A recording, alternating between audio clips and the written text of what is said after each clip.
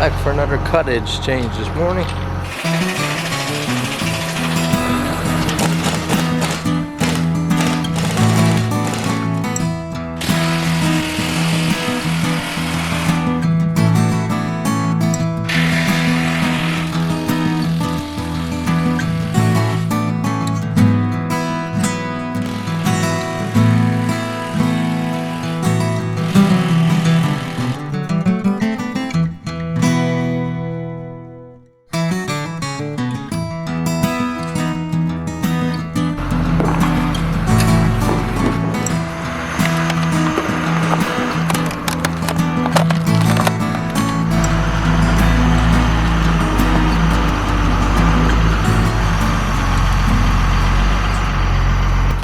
Only had to change one, expecting two.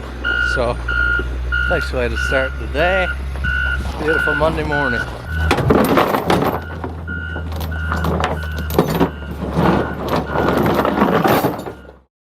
Ginny Lynn from Montana watches with her 5-year-old daughter who just loves the chickens. Don't fall out, girl. And Ginny Lynn's daughter wants some chickens of her own. Bring you guys in close here. It's so windy and cold here today. But these old girls are less than a year old, so 3/4 of a year old, 8 months or so, and they're awesome yard pets. Not a lot of maintenance. We had a couple questions about nesting boxes. We do have 2 back in the back. They'll lay eggs wherever. Regarding heat, their coop does have electrical, and we have both a heat lamp and a black bulb in here, and they have lots of heat, although they're built to withstand very cold temperatures. Okay, on to the sharpening content, and our subject for today is this little beauty right here. I made this knife for myself a long time ago. You see right there, I have 100 stamped to the blade. This was my 100th knife, and I made it and kept it for myself, and it's when I designed this Santoku kitchen knife pattern. And I absolutely love using it in the kitchen. It's just, in my opinion, it's the perfect size kitchen knife for slicing and chopping, and you can peel with it. It's just a really nice do-it-all knife. I have not taken the best care of it. It's a little dirty there now. So I've got it down here in the shop today. I'm going to clean it up. We're going to sharpen it. But I'm going to show you something that you absolutely need in your knife sharpening tool set. Now the tool you absolutely need added to your sharpening stone tool set is this little thing right here. And that is a Nagura, or a dressing stone. So we're going to start sharpening this stone on a Shapton. This is a Kuramaku blue-black. This is a 320 grit ceramic stone, which is a very beautiful stone. Look at my stone surface here. You can see, even though it's wetted and I'm wiping the surface, we have this residue here, this particle from my last sharpening session. Now this is steel particle. This can embed in the pores on a microscopic level on your stone. You have all your little pieces of grit in the stone, and in between those, we get like steel particle packing into those seams. And what can happen if your stone composite doesn't break down or wear away enough, this particle can actually fill up and it impedes your ability to sharpen. So notice here, this is an aggressive, very aggressive stone. We get that particle building up there fairly quick. So what you want is this beautiful tool right here. As I said, our dressing stone. Now this dressing stone right here is the Nagura. This is a 600 grit Nagura dressing stone. You can see I broke the corner off there, but you really only need one good flat side. And this, the composite of this stone is actually a little bit softer than what your whetstones will be. So this will wear quicker, so you're not going to be really carving away at your precious stones. You don't have to worry about that. Softer composite makes it very thirsty, so you'll want to soak it. I'm going through this because I had some questions on exactly what a Nagura stone is. So let me show you here. As I said, we have that surface now with that metal particle compacted in there. We want a fresh cutting surface so our expensive stones, our beautiful good stones, perform at their highest level. So notice that drying out already, and it's been soaking for days. But what you'll basically do is just get on your stone, and right now I can feel some little highs and lows because this is a nice flat reference, and this is kind of skipping around in terms of suction. So there's some high and lows on this surface. We're just going to scrub our stone down. Do you hear that sound? Skipping around. So we'll give it a good scrub here.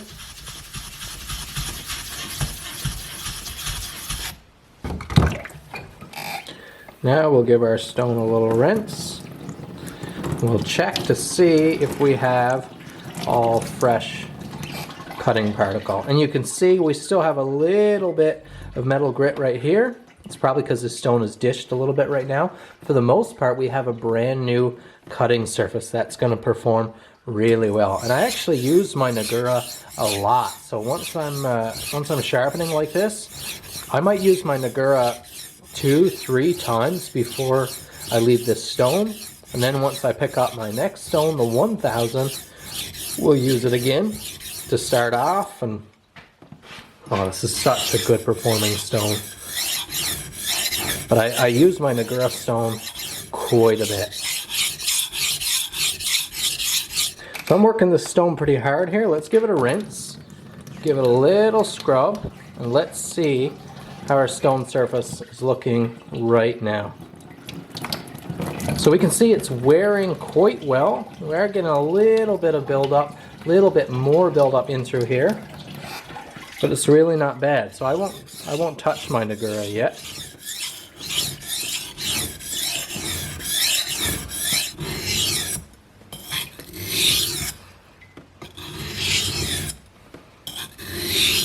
Look at the beautiful patina that 01 takes on over time. And like I said, I do not take particularly good care of this knife, not like I should.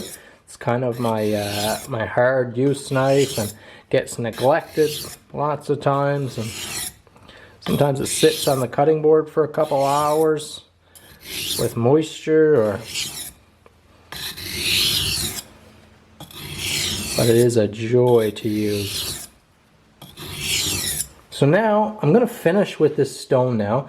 I'm going to put it away just like that. But the next time I pick it up later, we're going to want to carve off any particle embedded in there. And that's where we want that Nagura. So now we're going to start with our Shapton 1000 glass stone. Let's wash it down here. Let's have a look.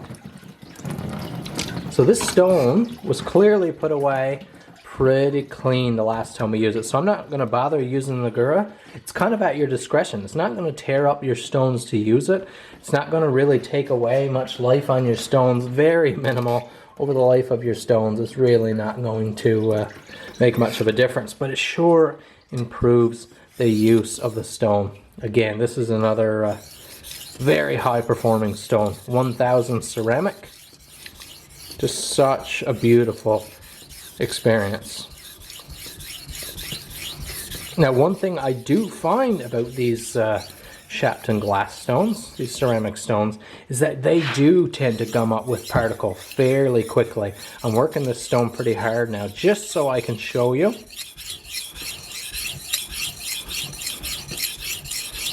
So I'm using quite a bit of pressure here. I'm working pretty fast, but truth be told, when I'm usually not filming, if I'm sharpening knives for clients or sharpening my own knives, my EDC or my kitchen knives, this is more the speed that I'm working at.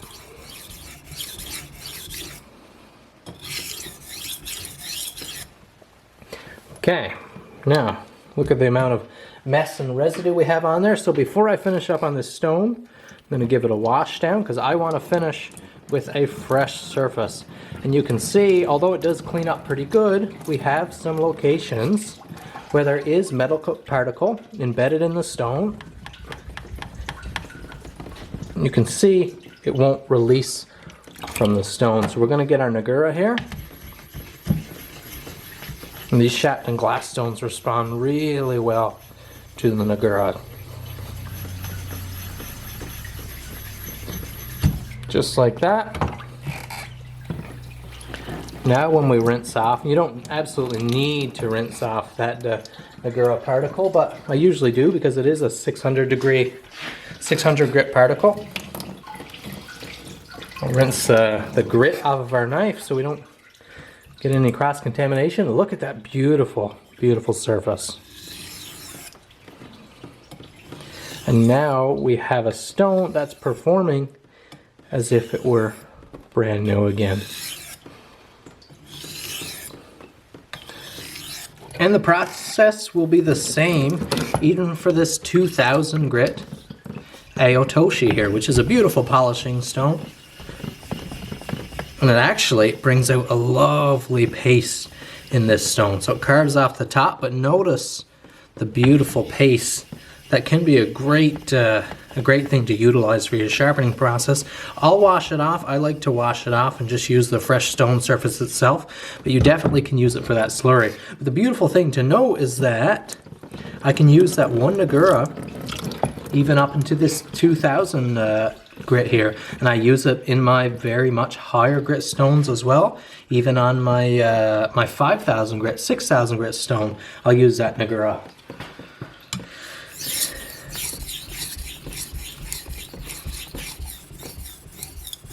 This is another stone that tends to hold particle.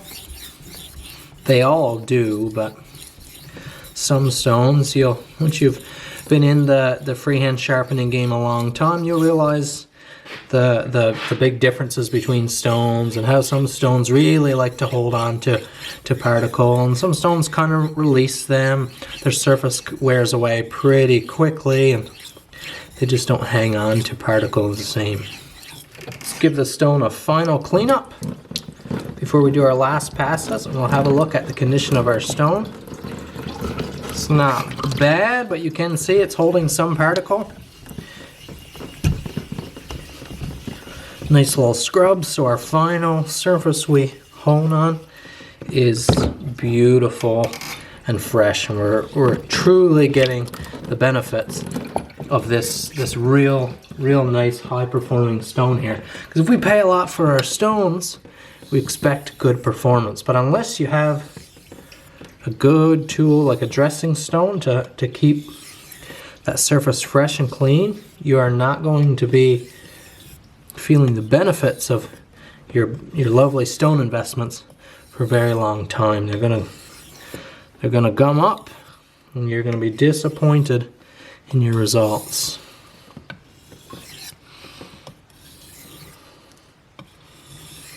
Now I switch out to a lot of different types of stones, different types of stone composites, and different types of grit ratings, but the two tools that always hold true is that I use my 600 grit Nagura, and I always use a strap.